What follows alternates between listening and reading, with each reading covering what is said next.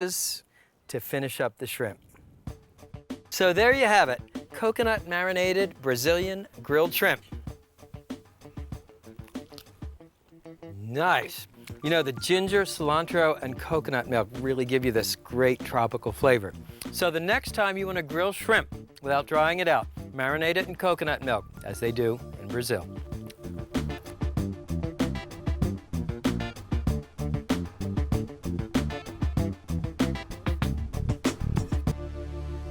When choosing fish for grilling, I look for three qualities. One, steak fish are great, fish that have a firm consistency that will hold up when you try and turn them on the grill. Two, I look for fish that have a lot of fat, a lot of oils, because this keeps the fish from drying out. And three, I look for fish that has a lot of flavor. It's a problem that has bedeviled grill masters since the invention of the grill. How do you grill fish without drying it out over the fire? And how do you turn it without leaving half stuck to the grate? The answer is a simple tool and an explosively flavored marinade. Start with beautiful fresh halibut steaks. These are cut about an inch thick, the ideal thickness for grilling a fish steak.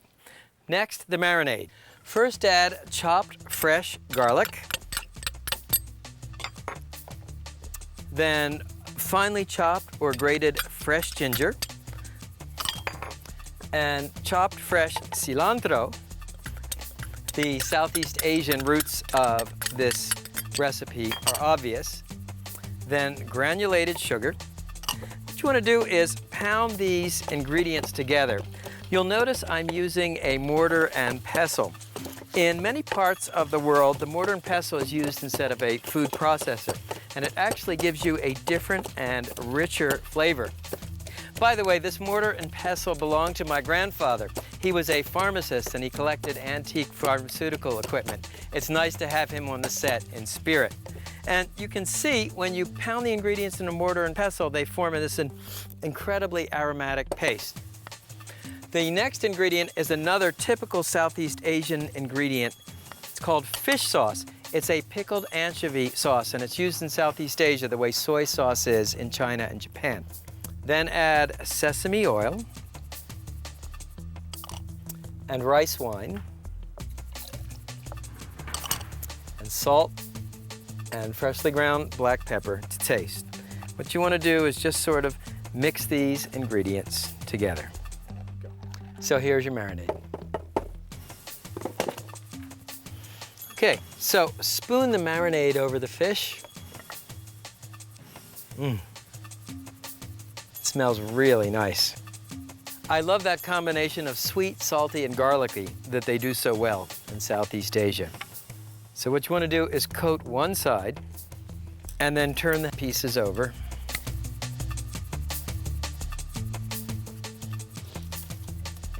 And spoon the remaining marinade on top.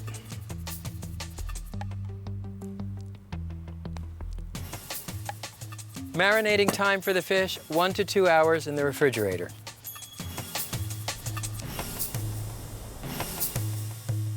This is a grill basket. It's got a top and bottom panel connected with a hinge. And what you want to do is lightly oil the wires of the grill basket to keep the fish from sticking. Just go like this, and you can work over a baking sheet to keep from dripping oil on your cutting board.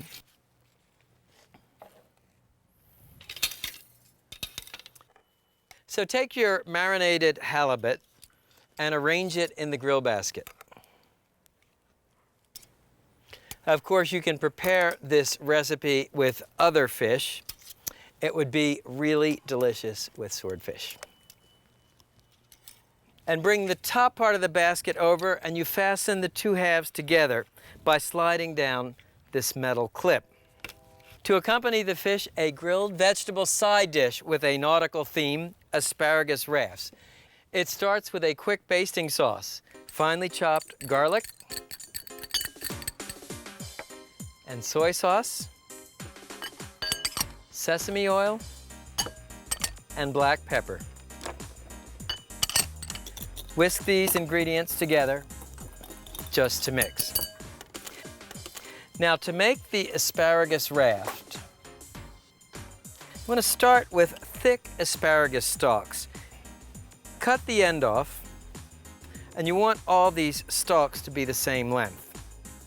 Now, using toothpicks or slender bamboo skewers, you want to pin the asparagus stalks together. What you do is just sort of come in through one stalk, second stalk, and so forth. I first discovered this technique at a fantastic rabatayaki in Tokyo, Japan. You do it at the bottom and then the top, and you can see why it's important to choose thick asparagus stalks. Now, the last step is simply trim off the excess ends of the skewers. And you can see what you wind up with looks like a raft. And in fact, if you're going to cook 1 pound or 2 pounds of asparagus, it's much easier to turn 4 rafts than it is to turn 20 asparagus stalks.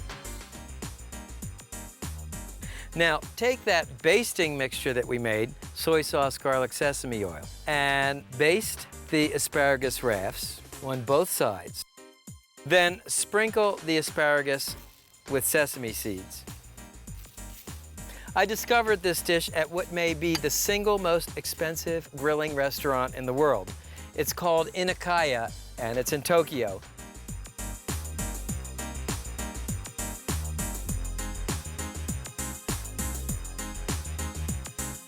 You have your asparagus, you have your fish.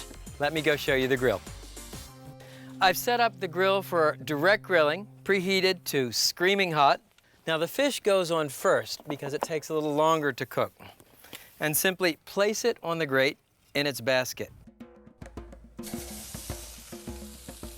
And the asparagus rafts go on next.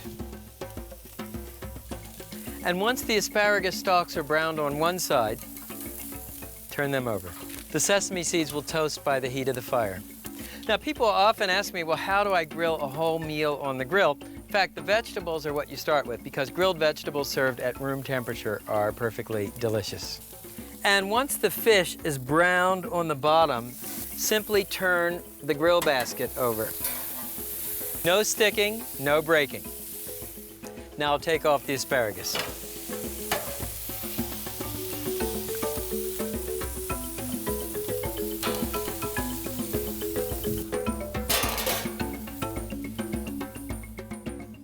And I like to serve them with the toothpicks in place, but of course, you want to warn your guests not to eat the toothpicks. The fish looks ready. The way you test it, it's called the poke test. You actually press the top of the fish and you'll feel it break into clean flakes. So all you need to do is transfer the fish in its basket to a baking sheet.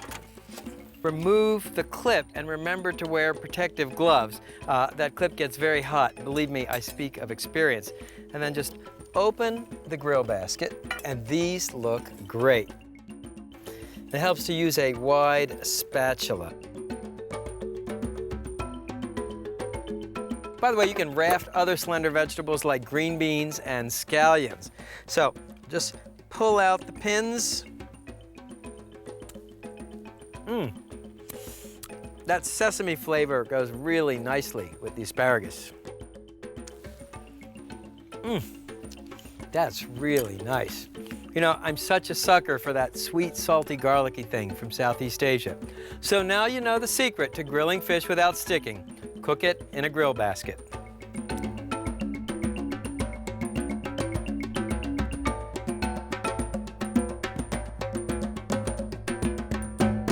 This snapper grilled in banana leaf dish is inspired by a traditional Yucatan barbecue called tican chic. Tican means to kind of turn or turn again because the fish was turned. And chic means marinade. In this case, the marinade is something called recado rojo, red marinade. And it's made with a very distinctive ingredient called achiote.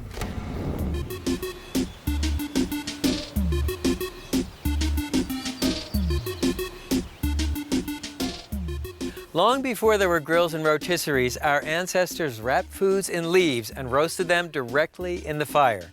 The practice still survives in the Yucatan, inspiration for our next dish, tican chic. The banana leaf keeps the fish moist and adds a unique herbaceous flavor. This is really cool, so watch closely. The marinade starts with a staple of Yucatecan cooking. It's a spice paste called achiote. It's made with a natto seed, the same seed that gives cheddar cheese its orange color. The flavor is iodine-y and earthy, and it's totally unique. You can find achiote paste in Hispanic markets and in a growing number of supermarkets. Next, add fire-roasted garlic and fire-roasted onion, then cinnamon, cloves, and allspice berries.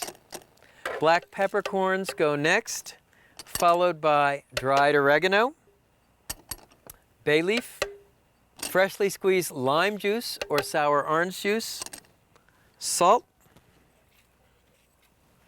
and finally a little water.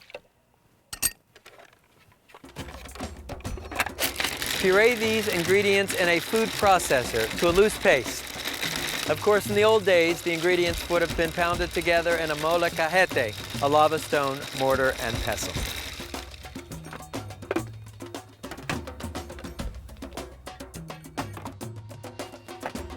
What you want to do is just spoon the recado rojo over the fish.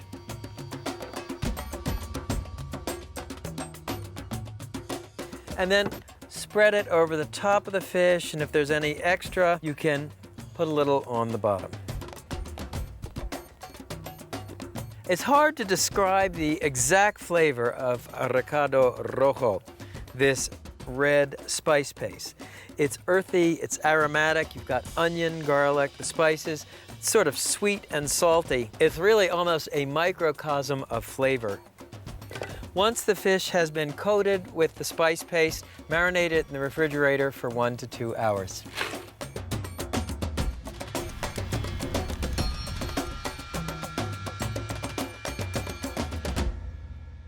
These are banana leaves. They're available fresh in Hispanic markets and frozen in most supermarkets. There are also mail-order sources. What you want to do is cut about a ½ inch strip off one end and set it aside. Then take an achiote marinated piece of snapper, place it in the center, and top it with an onion ring and a sprig of fresh oregano. Fold the top of the banana leaf over, and then fold in one side and the other side. It's almost like making a blintz. Then just fold the top over and use this extra strip of banana leaf to tie the package to seal it. Just like that. Here are your Tican chic packages ready for grilling. By the way, Tican chic comes from the Mayan words. Tican means to turn, chic means to marinate. So, turned, marinated fish. Let me show you the grill. I'll grill the Tican chic on a Kamado cooker. This is also called a ceramic cooker. It's a charcoal grill. I've lit charcoals at a nice 2-inch bed at the bottom. You want to preheat the grill to high and then do a quick brush of the grill grate. Dip a folded paper towel in oil to oil the grate. Normally you don't need to brush in oil when you're grilling in a leaf, but you can never be too sure.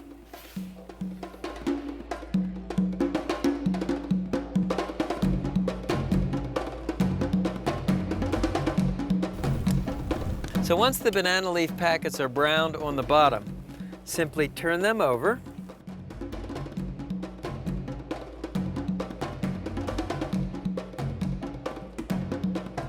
Well, the Tican chic look ready. You can see the banana leaves are well browned on both sides. But to be sure, what you can do is insert a metal skewer in the center of the fish. Leave it in for a couple of seconds, pull it out. If it's hot to touch, the fish is cooked.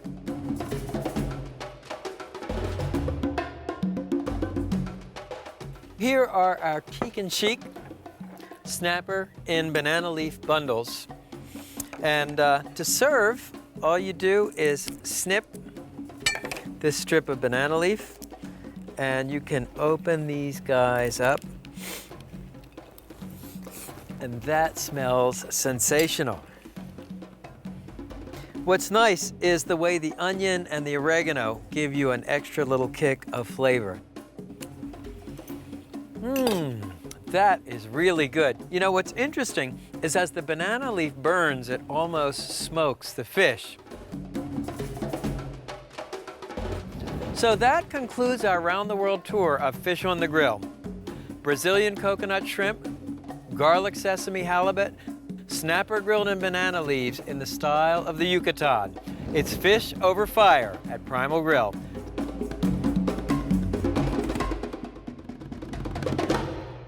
Okay, you ready? Sure. It's the singest. So there you have it. Oh, shoot. But to tell for sure, what you want to do is insert. I'm sorry.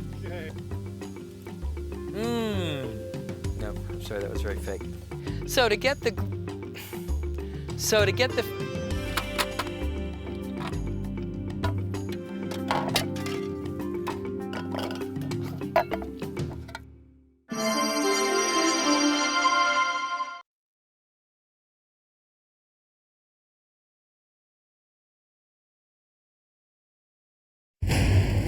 Coffee-crusted brisket, so tender it cuts with a fork.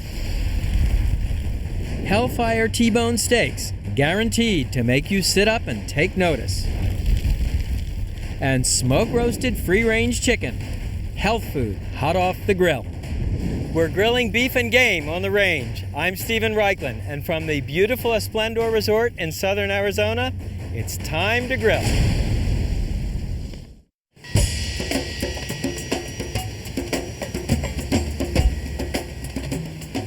Grilling brings out the cowboy in all of us. After all, smoked brisket originated in Texas cattle country, and barbecue was brought to Missouri along the Chisholm Trail. Today's show is designed to make you at home on the range, or at least at home with the smoked and grilled foods of the range. Hellfire T-bone, coffee-crusted brisket, and a free-range chicken grilled with herb butter under the skin.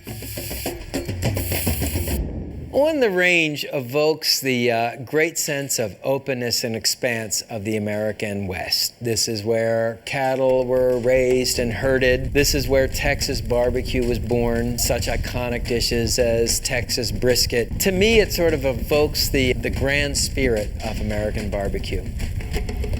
If I had $1 for everyone who wrote in with a brisket problem, I could, well, if not retire, certainly buy myself a big new smoker. Brisket is the Mount Everest of barbecue. Smoke it low and slow for the right amount of time, and you feel like you're on top of the world. Rush the process or overcook the brisket, and you wind up with a mouthful of shoe leather. Today, I'm going to show you how to nail the perfect brisket for your family or for a crowd. Brisket is a fibrous flat muscle from the chest of the steer. This is a whole brisket, sometimes it's called a packer brisket, and it consists of 3 parts. The deckle, this fatty but very tasty portion on top, a flat, which is located underneath this cap of fat, and finally the point, which is located at the end. This is a trimmed brisket flat. It's what you're likely to find in the supermarket. There are 2 schools of thought about trimming brisket. I adhere to the less is more school. That is, I trim off very little fat, leave most of it on the brisket. The idea is, as the brisket cooks, the melting fat will baste the meat and keep it moist. Now the rub. In keeping with our home on the range theme, the rub starts with coffee. Then we'll add an unexpected ingredient, cocoa powder, salt, pepper, paprika, brown sugar, ground coriander, ground cumin, onion powder, and garlic powder. And I like to mix the ingredients for the rub with my fingers. That way you can break up any lumps that may be in the brown sugar. What's the deal with the coffee and cocoa? Well, they have a pleasantly earthy, bitter flavor that goes really nicely with the meat. Now, apply the rub. What you do is you just sprinkle it on top of the brisket. Do the same thing for your brisket flat, and that is apply the rub and rub it into the meat. When you smoke a lean brisket flat, I like to place it in a foil pan. That protects the bottom of the meat from the direct heat. And another way you can keep it from drying out is to drape the top with strips of bacon. Of course, this adds an extra layer of flavor. You can cook the brisket right away. If you cure it overnight with the seasonings, the flavor will be all that much richer. Let me show you the smoker. This is called a horizontal barrel smoker. It originated in Texas and Oklahoma. It's the home-size version of the big rigs the pros use on the professional barbecue circuit. Consists of two parts. This is the cooking chamber, and back here, this is the firebox. This is where the heat is actually generated. What you do is light a couple of chimneys of charcoal.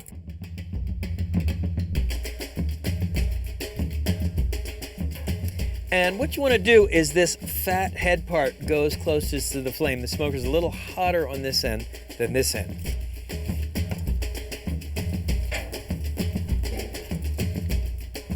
And I'll put on the smaller brisket as well. So this one will be ready in about 5 hours. We'll have it for lunch. This one, about 12 hours, we'll have it for dinner. Close the smoke chamber. And the last step is to add the wood chunks. They've been soaked in water for about an hour so that they smolder rather than burn. What you want to do is add about 2 or 3 wood chunks every hour. Place them on the coals. Now let me show you the mop sauce. A mop sauce is a bit different than a barbecue sauce. First of all, it's thin. Second of all, it contains little or no sugar. Starts with dry red wine, then orange juice, balsamic vinegar, coffee to reinforce the coffee that was in our brisket rub, Worcestershire sauce, salt, freshly ground black pepper, and your favorite hot sauce. Whisk the ingredients together until the salt crystals dissolve.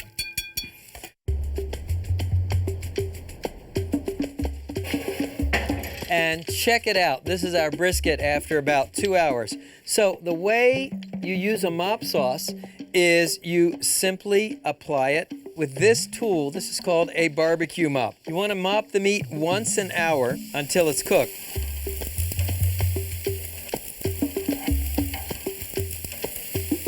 We'll continue cooking the briskets.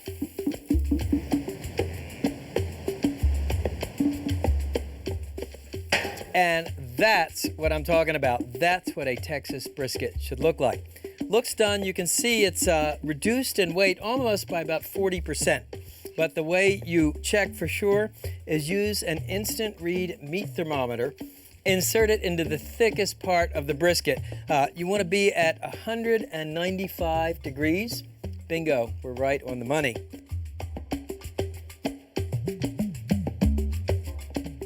Lift this bad boy to the cutting board.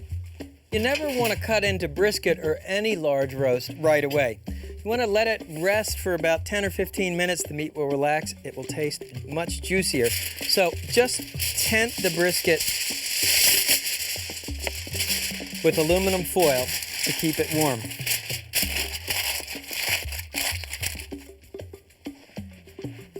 And here's the smaller brisket flat. I cooked it for 5 hours, took it off the smoker, and then put it back just to warm it. And here too, you want to tent it just maybe for 5 minutes, just to let the meat rest. And to serve with the brisket, this is some jalapeno cheese cornbread that we direct grilled to toast it. And this is a red eye barbecue sauce. Both recipes are on our website. So let's see how we did on the brisket. Once the brisket has rested, all you need to do is carve it. So remember, the grain runs this way on the brisket, so you want to carve it across the grain.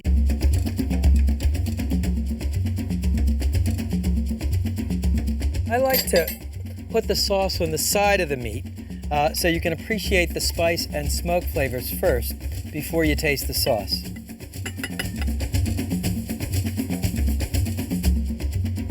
Let's see how we did.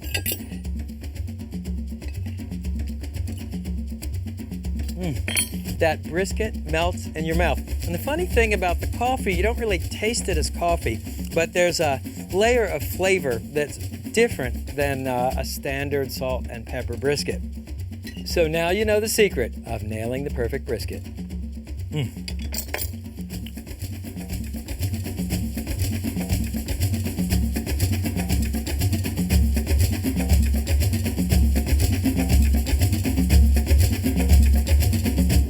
I created these very quick T-bones, seasoned with hot sauce and mustard, but they can be made from start to finish, literally a couple of minutes. If you like hot and spicy food, these are a killer. There are 3 things every aspiring grill master should know how to do: smoke a brisket, roast a chicken, and grill a steak. The latter isn't complicated, but you do need to know a little about anatomy and physics. Here's a steak that's guaranteed to make you sit up and take notice. I call it a Hellfire T-bone. The first step is to pick an intrinsically tender steak, like a New York strip or a filet mignon. There happens to be a cut that includes both, the mighty T-bone. Now, this is your New York strip. This is your filet mignon, connected by a T-shaped bone. Steaks are graded into prime and choice, and the grading refers to the amount of marbling. These are prime steaks. If you take a look here, you can see these wonderful thick veins of fat. Remember, folks, in the world of grilling, fat equals flavor. First step is to season the steaks with coarse salt and pepper.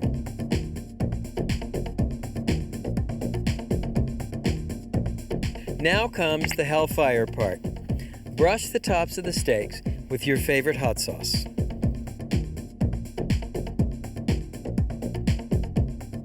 Then sprinkle each steak with mustard powder.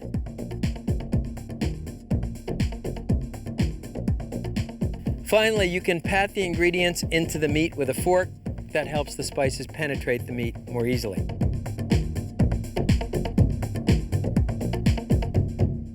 Now let me show you the compound butter. It starts with chopped chipotle chilies. Chipotles are smoked jalapenos. Finely chopped fresh cilantro and salt and pepper. Cream these ingredients together with a wooden spoon until blended. Then what you want to do is transfer the butter onto parchment paper. Roll it up into sort of what resembles a Tootsie Roll. Just like that, roll it into a cylinder, and then you twist the ends. What you're going to do is freeze this compound butter and then cut off slices, put them on top of the steaks. That's another secret to making a great steak, to anoint it with some sort of fat, butter or olive oil. With our Hellfire T-bones, how about a vegetable? Jalapeno poppers. So what you do to make a jalapeno popper is you cut the top off the jalapeno, and then using a paring knife, you take out the pith and seeds. The seeds are the hottest part of the jalapeno. That's not why I'm discarding them. I'm discarding them to make room for the filling. You start with a sliver of pepper jack cheese, a sliver of smoked ham, and finally a piece of cream cheese. Then stand the popper in a popper rack. There are many different varieties, and you can find them in grill shops and cookware stores. Okay, let me show you the grill. I have preheated the grill to slamming hot, and as always, we have our little grill master's mantra: keep it hot, keep it clean, a few strokes of a wire grill brush, and keep it lubricated, oiled with either a folded paper towel or an oiling cloth, dipped in vegetable oil, and rubbed across the bars of the grate. The grill is set up for direct grilling. I have 4 burners set on screaming hot. That's where I'll cook the steaks. 5th and 6th burner are actually on low. That's where I'll grill the poppers.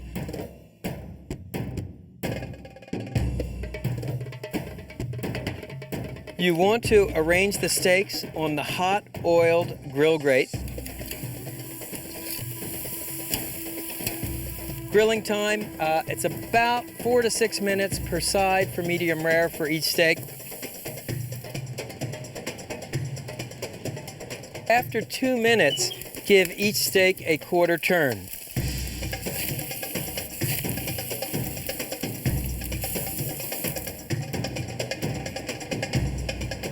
How do you know when it's time to turn the steaks? Well, the blood will actually pearl up on the top of the steak. Once you see it, turn each steak over.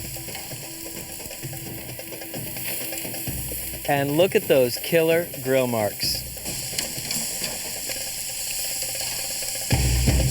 All right, and let's see where we are here. You can see gently yielding, so we are done.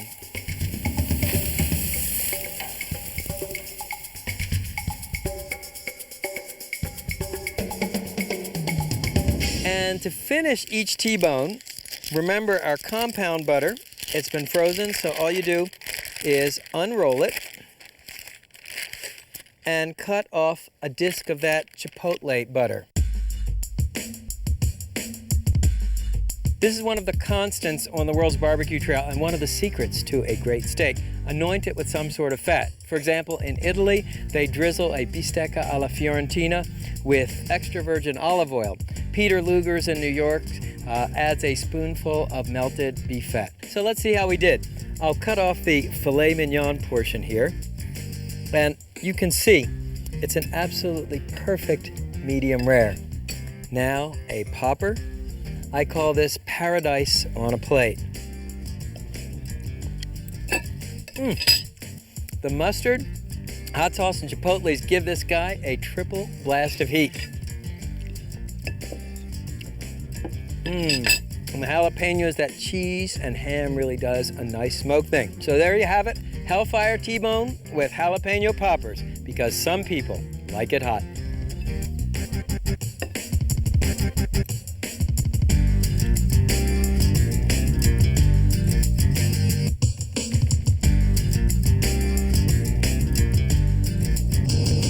Free-range chickens are chickens that are not cooped up in a tiny cage in a factory. They're allowed to walk around, peck in the grass, and they're just healthier, meatier, more flavorful chickens. You know, I'm always amazed how much tastier chickens are when they're raised on the farm, not in a factory. Here's a free-range chicken with a stuffing that might surprise you. What makes this chicken so supernaturally succulent is that it's stuffed with garlic herb butter under the skin. The first step is to tunnel your finger under the skin and loosen it from the breast. Start with one finger, then work in 2 fingers, and eventually your whole hand. The idea is you want to loosen the skin from the meat without tearing it.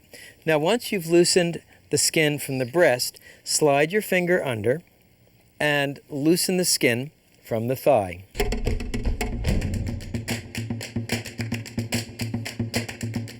Breathe a sigh of relief, the hard part is over. Now the garlic herb butter. You want your butter at room temperature, but not soft or melting. To it, add finely chopped tarragon, chives, and other fresh herbs, Parmesan cheese, roasted garlic, salt, and pepper. Cream these ingredients together with a wooden spoon. Once your butter is ready, take a spoonful and stuff it under the chicken skin. Massage the butter down over the breast, down over the drumsticks and thighs. One last step, take a couple of whole tarragon sprigs and insert one on the right side breast and one on the left side breast.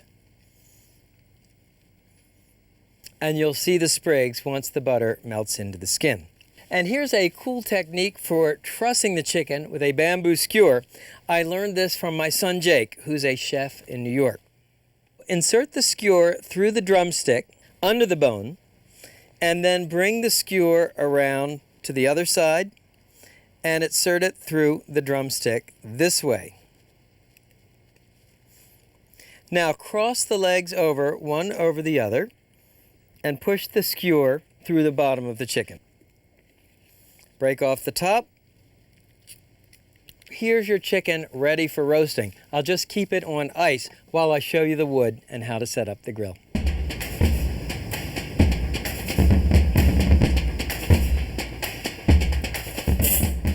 Okay, I've set up the grill for classic indirect grilling.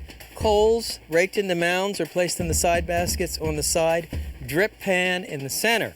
Now, one cool thing to do is you can pour some red wine in the drip pan, and as this steams, it will flavor the chicken. Then simply replace the grate.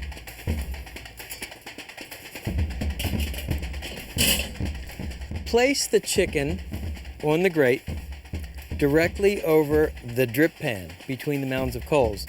Now here's an interesting wood for smoking. These are wine barrels that have been cut into chunks.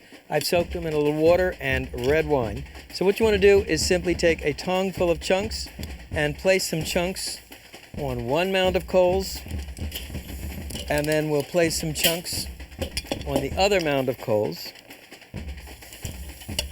So you'll get a smoke that has both oak flavor and wine flavor. Finally, place the grill lid over the grill. Situate the vent so it's between the mounds of coals. That will enable the smoke to be drawn evenly over the chicken. Close the vent holes, brings the temperature down to obtain a temperature of about 350 degrees. Cooking time, 1 hour and 15 minutes.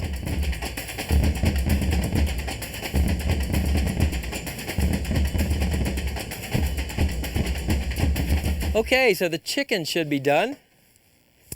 And check it out. It looks beautiful. Looks done to me. 3 tests. Number 1, you can wiggle the drumstick easily. Number 2, you could prick the thigh and the juices will run clear. But the safest, most predictable way is to use your instant read meat thermometer.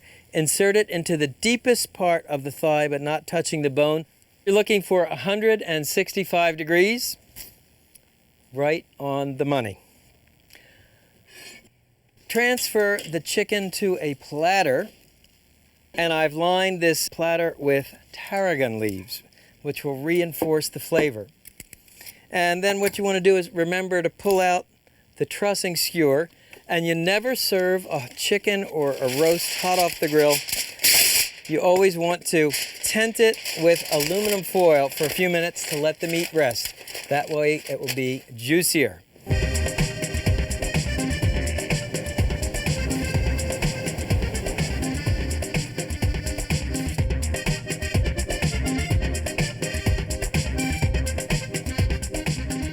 That looks really nice.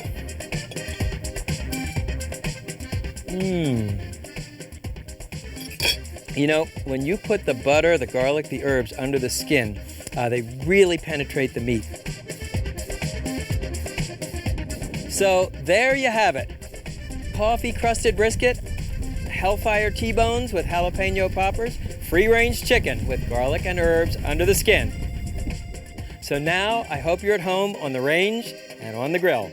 See you next time.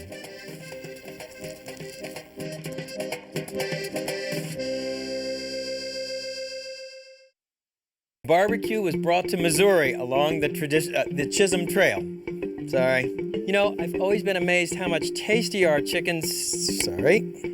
There are 3 things every self-aspiring... The latter isn't complicated, but you do need to know a little about anatomy and physics. So there you have it. Coffee... Sorry.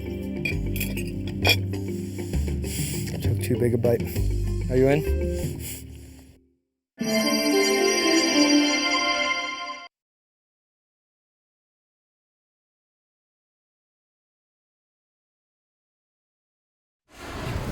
Grilled eggplant salad with caprese vinaigrette, a salad that explodes with flavor.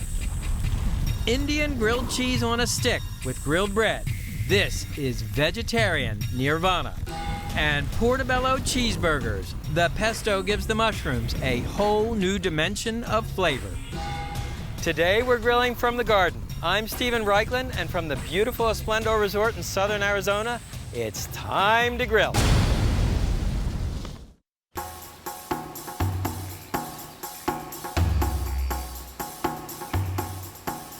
I love grilled meats as much as the next guy, but I also love the vibrant flavor of vegetables on the grill. This show is all about good things from the garden. If you're a vegetarian, you won't want to miss it. And even if you're an avowed carnivore, well, you might just learn a new trick or two. Eggplant is one of the world's most popular vegetables for grilling. You find it in Argentina, you find it in Japan, you find it in the Middle East, where it's used to make a grilled eggplant dip called baba ganoush. The reason is simple. Eggplant has a very spongy consistency, and that consistency absorbs fire and smoke flavors like a sponge. First up on deck, grilled eggplant salad with caprese vinaigrette. Now, there are many different varieties of eggplant. This is the common North American bulbous eggplant, the light-skinned Asian eggplant, and the Italian eggplant, which is what I'm going to use today. So the first step is to cut the eggplant in half from tip to tip.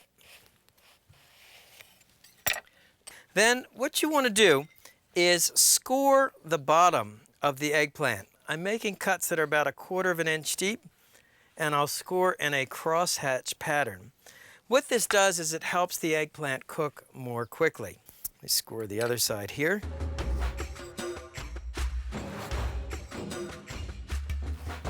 Next step, season the eggplants. So what you want to do is brush the top of each eggplant with some extra virgin olive oil. The olive oil keeps the eggplant moist during grilling, and it also helps hold the other seasonings. Now season each eggplant half first with coarse sea salt, coarse crystals so they don't dissolve during grilling.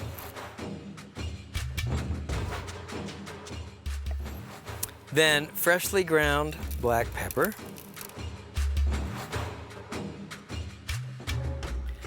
dried oregano, hot pepper flakes,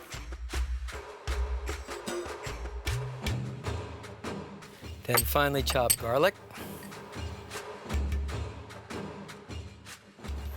and last, finely chopped parsley. And you notice I kept a damp paper towel on the parsley to keep it fresh until using. Those are the basic seasonings, and you can just drizzle the eggplants with a little bit more extra virgin olive oil. I wouldn't use the brush here because it would wipe off all the seasonings. Okay, so we'll just let the eggplants marinate a little bit. Now let me show you something really cool. The other main ingredient in the salad is smoked mozzarella. Of course, you can buy smoked mozzarella, but I thought it would be fun to show you how to smoke your own. Now, this is an electric smoker, and it has several genial properties. First of all, to generate smoke, it uses these discs of hardwood sawdust. The discs go in this hopper, and they're fed automatically into the smoke chamber. You can set the temperature digitally. There's also a way to turn off the heating element so you're just smoking. When you smoke cheese, it's important to work at a really low temperature. I'll put the mozzarella on the rack in the smoke chamber.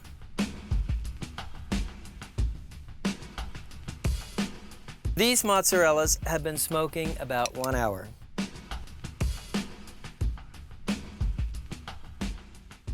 And let me show you how to set up the grill.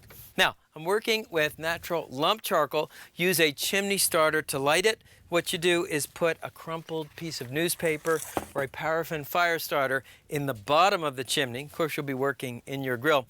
The beauty of a chimney starter, the vertical shape funnels the heat upright so that you get clean, even ignition in about 20 minutes.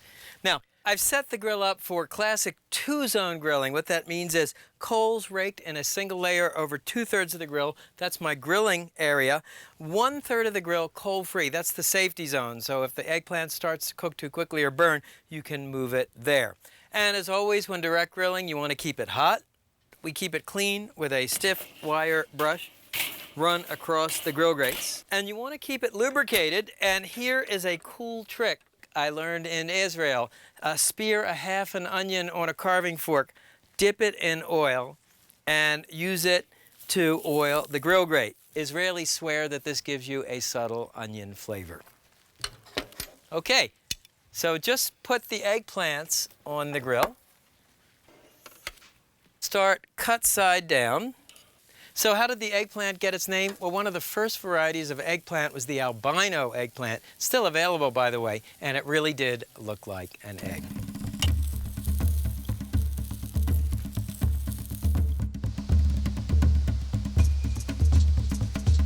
The eggplants are ready for turning over when they're golden brown on the first side.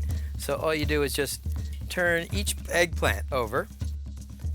And thanks to the scoring you did on the bottom, the heat and smoke will penetrate through to the eggplant flesh. I'll show you one other thing, by the way. You can see the eggplants, the fire is hotter in the center. That makes sense. So if you want, all you need to do is sort of rotate the inside eggplants to the outside. You can give the eggplants that were on the outside a little bit more time. The idea is to wind up with a uniform brown color on each eggplant. Cooking time on this side is going to be another 5 to 8 minutes. And if the eggplants start to cook too quickly, just move them forwards towards the safety zone. So while we're finishing up on the eggplant, let me show you how to make the salad. The dressing is a sort of deconstructed caprese salad. It starts with diced tomato, diced smoked mozzarella cheese, thinly slivered fresh basil, freshly squeezed lemon juice, and I squeeze it between my fingers to catch any seeds, coarse salt, and freshly ground black pepper. Just finish the salad up with a drizzle of extra virgin olive oil. And combine these ingredients. Salsa Italian style. Okay, so the eggplants are ready. How do you know? Well, first of all, they feel soft. You can also see the juices bubbling in one corner. So let's take off the eggplant.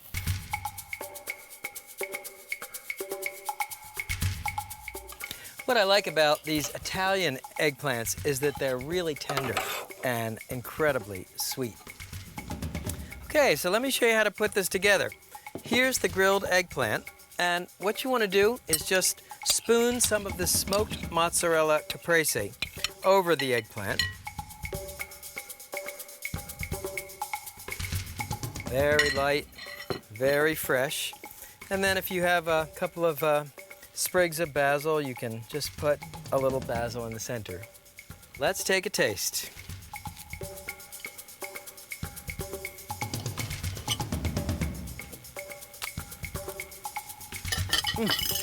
Nice.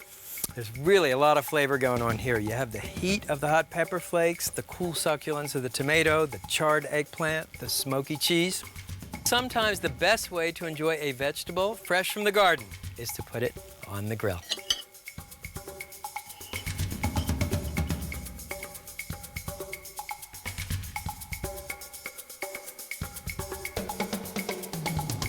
Grilled cheese is found all over Planet Barbecue. In Argentina, for example, they grill a cheese called provoletta. It's sort of a provolone-like cheese. In Greece, they grill a cheese called saganaki, crisp white cheese. And in India, they grill a cheese called paneer. A vegetarian at a typical American barbecue is like a fish out of water. Not so in India, where there are probably more vegetarians than there are people in the United States. Our next stop is New Delhi, epicenter of Indian barbecue. I like to think of this dish as grilled cheese on a stick. The main ingredient for this dish is an Indian cheese called paneer. It's a mild, firm cheese made out of cow's milk. You can order it by mail, or you could alternatively use queso blanco or Greek halloumi cheese. You want a cheese that's fairly firm so it won't melt on the grill. Next, the pepper. In India, bell peppers are a little spicier than ours, so I recommend using a poblano chili. It's a little bit like a turbocharged green pepper. Next, the onion. Red onion cut in half and then in thirds. I'll show you how to make segments. Now, let me show you how to put the kebab together. Ingredient number 1, a slice of chili. Notice I'm working on a flat metal skewer. This is important because it keeps the ingredients from spinning when you cook the kebabs.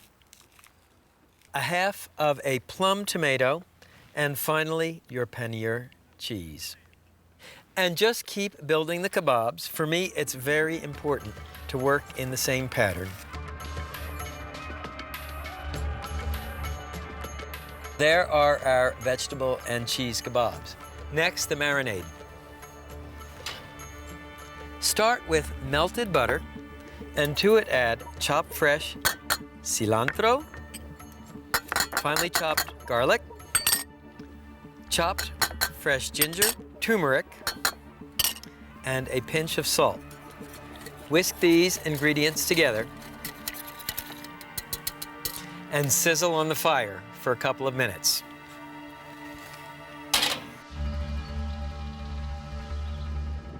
Naan may be some of the oldest barbecue in the world.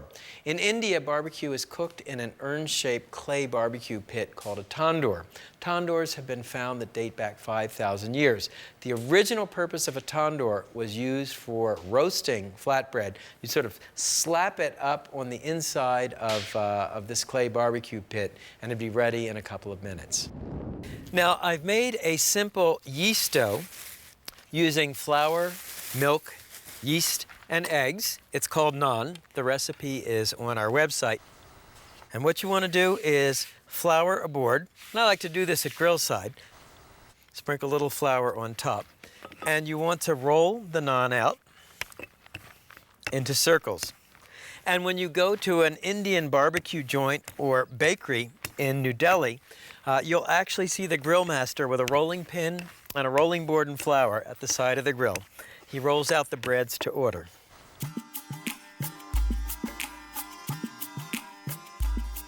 I've set up the grill for direct grilling. This side is preheated, screaming hot for the kebabs. First, let's put on our grilled cheese kebabs.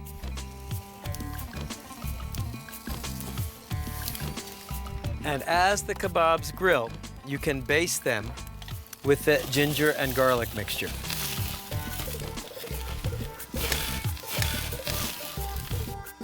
Now, for the Indian flatbreads, brush each bread on the top with melted butter.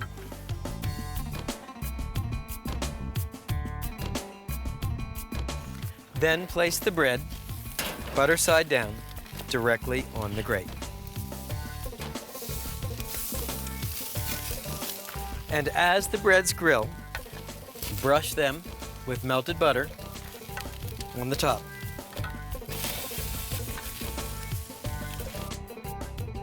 You'll see they'll start to bubble and blister on top. That's the characteristic look of Indian naan. Once the breads are brown, quickly turn on the other side. I did this little rotation because the grill's hotter on this side than this side.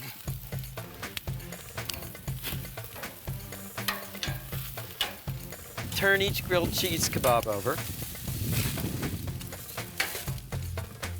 You can see the beauty of this paneer cheese is that it holds its shape during grilling.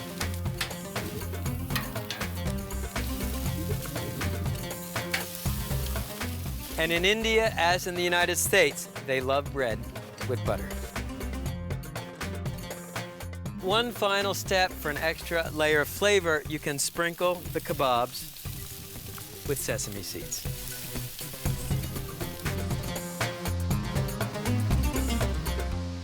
So once your grilled cheese kebabs are cooked, transfer them to a platter. Grilled cheese kebabs with Indian flatbread. It's a new vegetarian tradition. The last step, you can just squeeze a little fresh lemon juice over the kebabs. To try these, what you can do is actually take a flatbread and just take off a few of the ingredients from the kebab and make yourself a sort of Indian grilled cheese sandwich. The cheese, the tomatoes, the grilled peppers, the bread. This is vegetarian nirvana.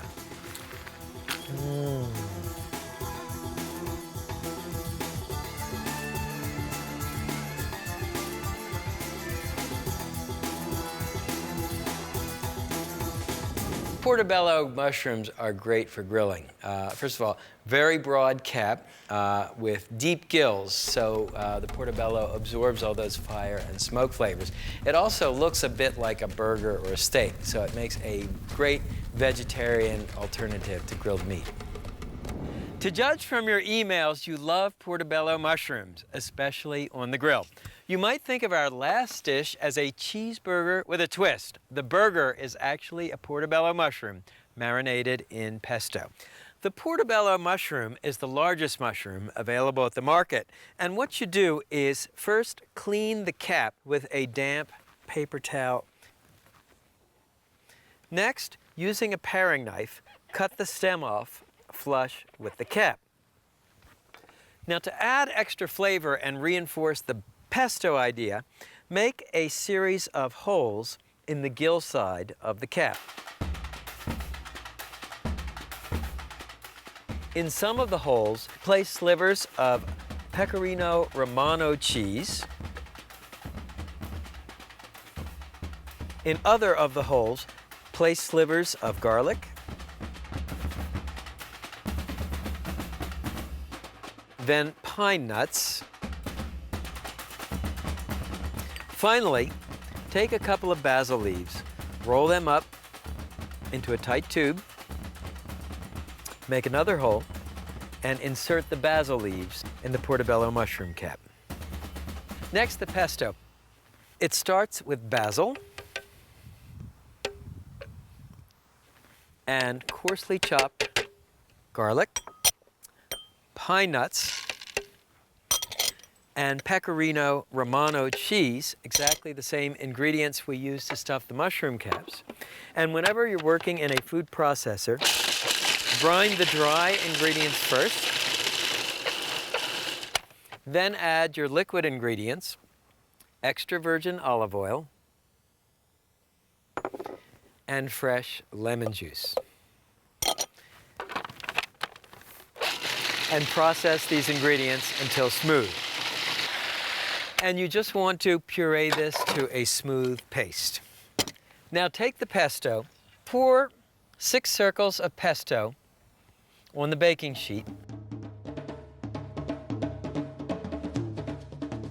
Spread these flat with the back of a spoon.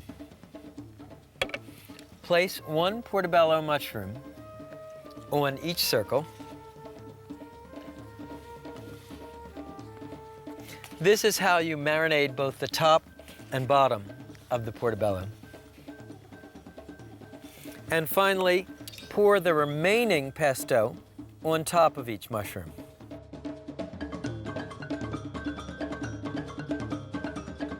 And spread it over the top of the portobello mushrooms.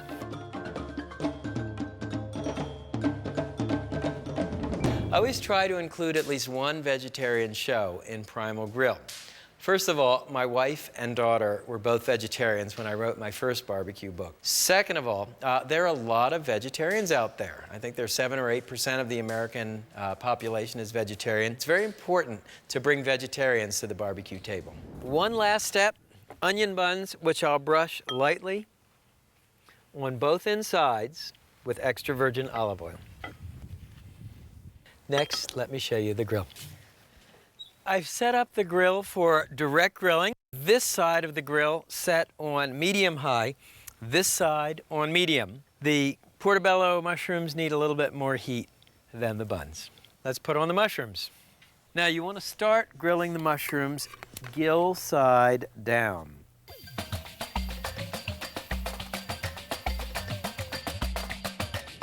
And once the portobellos are browned on the gill side, it's about 2 to 3 minutes, turn them over.